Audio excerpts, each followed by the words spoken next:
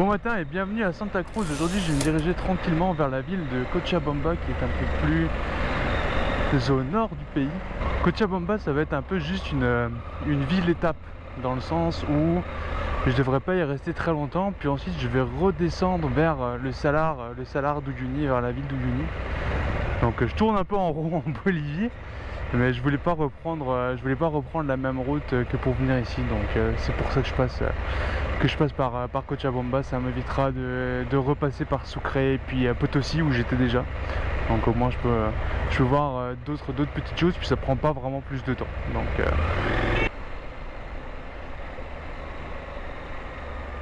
10 litros? Si?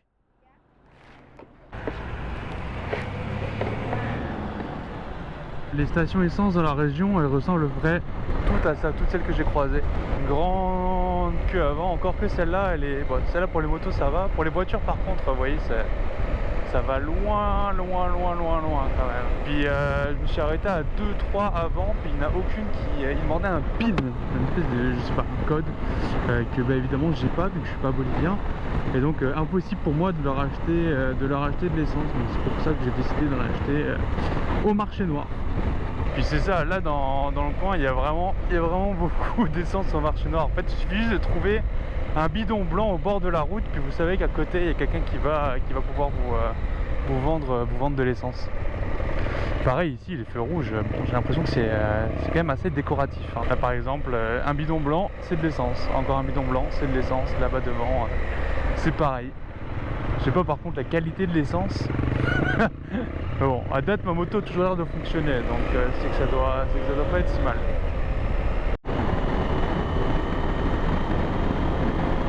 On est à Cochabamba, puis aujourd'hui je vais me diriger vers Uyuni. Donc je vais continuer ma route dont j'avais parlé hier. Je vais tourner vraiment en rond en Bolivie, mais bon c'est pas grave, il y a beaucoup de choses à voir, puis le pays est pas très grand. Je discutais avec le propriétaire de l'hôtel pour la situation concernant l'essence, parce que hier, même en arrivant à Cochabamba, c'était une galère pour trouver de l'essence. J'ai dû un peu soudoyer, mettons, les vendeurs à la pompe pour qu'ils me laissent passer devant la file pour pas avoir à attendre 4 heures. Mais il me disait que à partir de Oruro, qui est la prochaine grande ville, les problèmes d'essence devraient se régler, puis Uyuni normalement ça va normalement assez bien. Alors pourquoi je m'en vais à Uyuni? Tout simplement déjà pour voir le lac de sel de Uyuni Salt Flats, qui est juste ultra connu. Il porte le nom de la ville, donc il y a ça. Par contre j'aurais bien aimé rouler dessus avec ma moto, mais actuellement vu que c'est la saison des pluies en Bolivie, il y a vraiment beaucoup d'eau, donc c'est impossible d'y aller en véhicule, ou en tout cas pas en moto. Puis en plus d'y rouler quand c'est mouillé, c'est juste que ça va détruire la moto.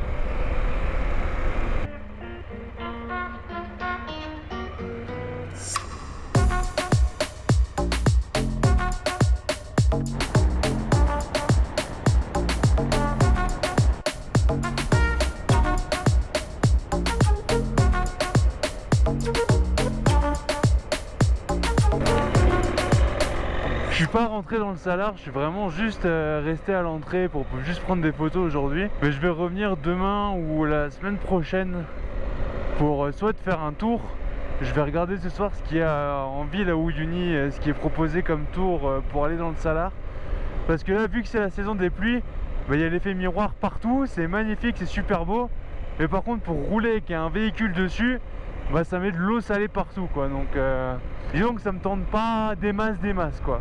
Donc je vais voir mes options, puis de toute façon je reviendrai dans les prochains jours pour sûr. Peu importe ce que je fais, je repasserai par ici.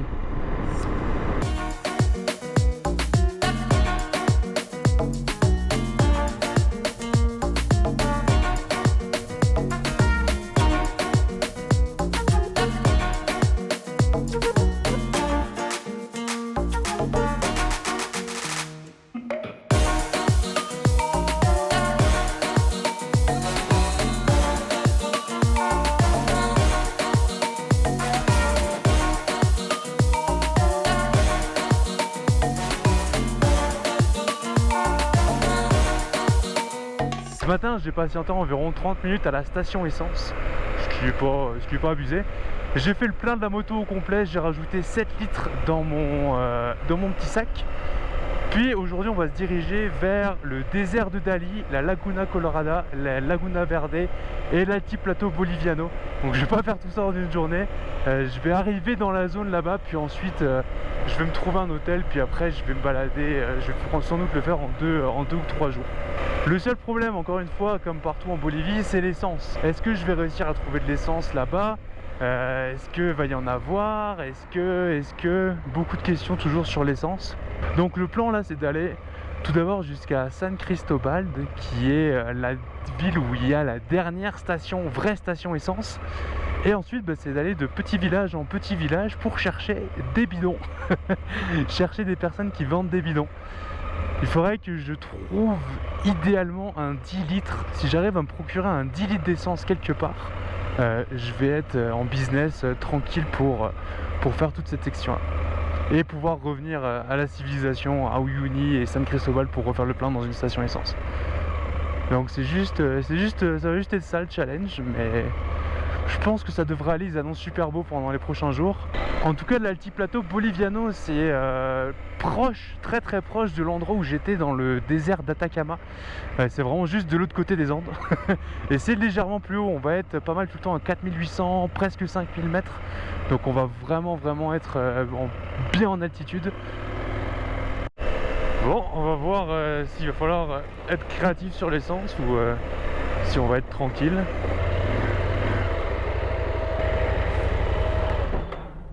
Alors après 30 minutes d'attente plus ou moins, j'ai pu mettre mon 4 litres d'essence.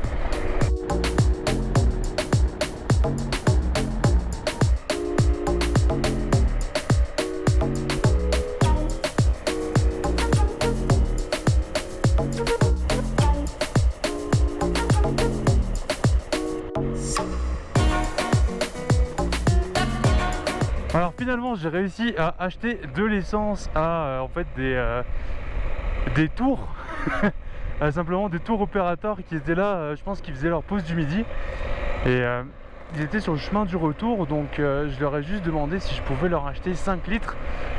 Donc ça c'est bon, donc j'ai 500 km d'autonomie maintenant. Je devrais être bon, mais j'aimerais bien me retrouver un autre 5 litres à un moment. Bon, par contre on a fait ça à la durite. Donc j'ai un peu d'essence, j'ai un peu le goût d'essence en bouche, je passe pas mon meilleur moment, on va dire.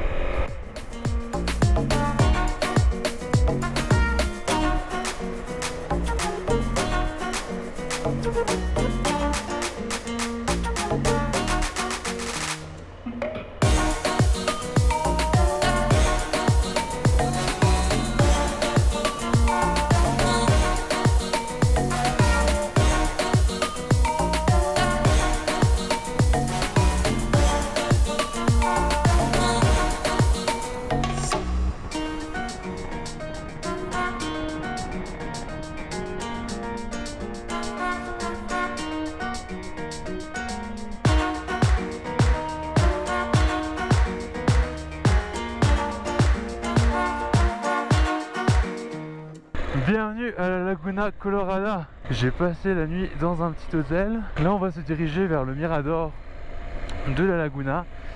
Et ensuite on va aller voir des geysers, des sources d'eau chaude, le désert de Dali. Tout est très proche en réalité, il n'y a vraiment pas beaucoup de kilomètres entre tous ces points là. Donc pas mal de choses à faire aujourd'hui. Il fait super beau, il n'y a pas beaucoup de vent comparé à hier après-midi quand je suis arrivé ici. Les 10 derniers kilomètres étaient une purge. Il y avait du vent, on voyait rien, il y avait du sable profond. C'était une galère, je sais pas combien de temps j'ai mis pour faire 10 km, mais ça m'a pris, j'ai l'impression que ça m'a pris une éternité. Donc je vais profiter qu'il n'y ait pas de vent pour le moment pour profiter de la route et admirer le paysage.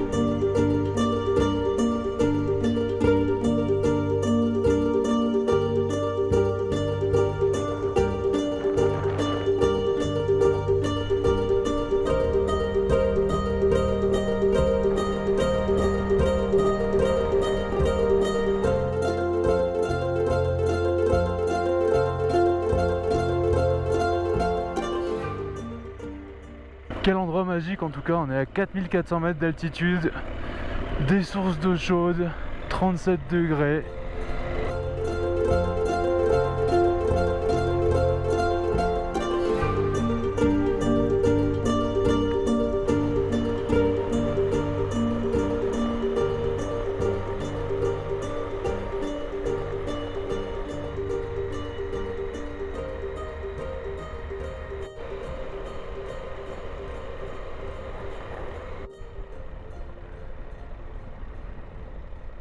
Bon matin et bienvenue à Ketenachiko.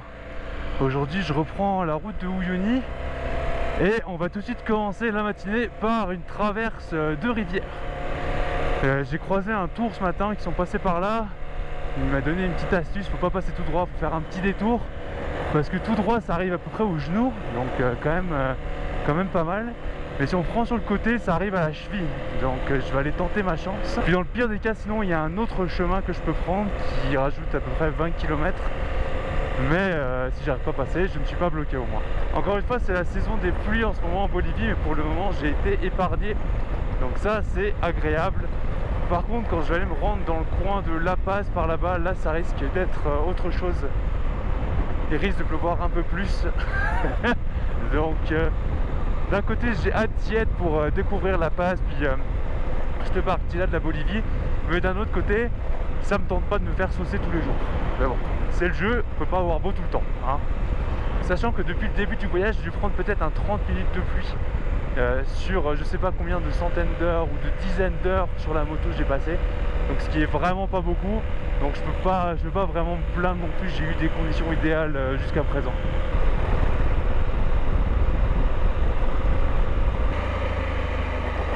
C'est ça.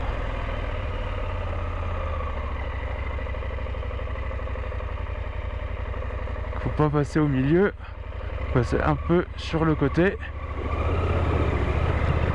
Ouh,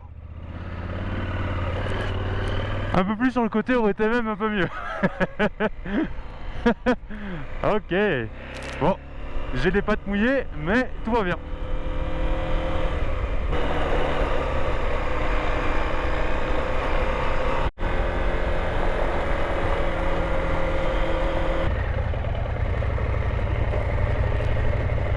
Ok, j'ai trouvé un marqueur, donc j'ai marqué déjà sur la carte le trajet qu'on a fait dans la première vidéo en Bolivie, tac tac tac, jusqu'à Santa Cruz, juste ici. Et maintenant on va faire la suite. Donc on est parti de Santa Cruz pour se rendre à Cochabamba. On a pris cette route là jusqu'à Cochabamba. Ensuite, de Cochabamba, on est parti en direction de Oruro. Une fois à Oruro, j'ai pris la route vers Uyuni, donc vers le sud. Tac. Et là, on arrive à Uyuni. Et donc, à partir de Uyuni, on a fait un tour en 4x4 dans le Salar, à peu près comme ça. Ensuite, je me suis dirigé vers San Cristobal jusqu'à Villalota. Là, c'est le moment où je suis parti dans l'altiplano. Je suis descendu en route à la Laguna Colorada jusqu'au terme. Et ensuite, on est remonté tranquillement Ketenagandé, Ketenachiko. Et on est remonté jusqu'à Villalota, ici, pour finir à Uyuni. Mais voilà, donc moi je vous laisse ici. Puis la prochaine vidéo, ce sera dans le parc de Sajama avec l'ascension de Lac Otango. Donc à la semaine prochaine.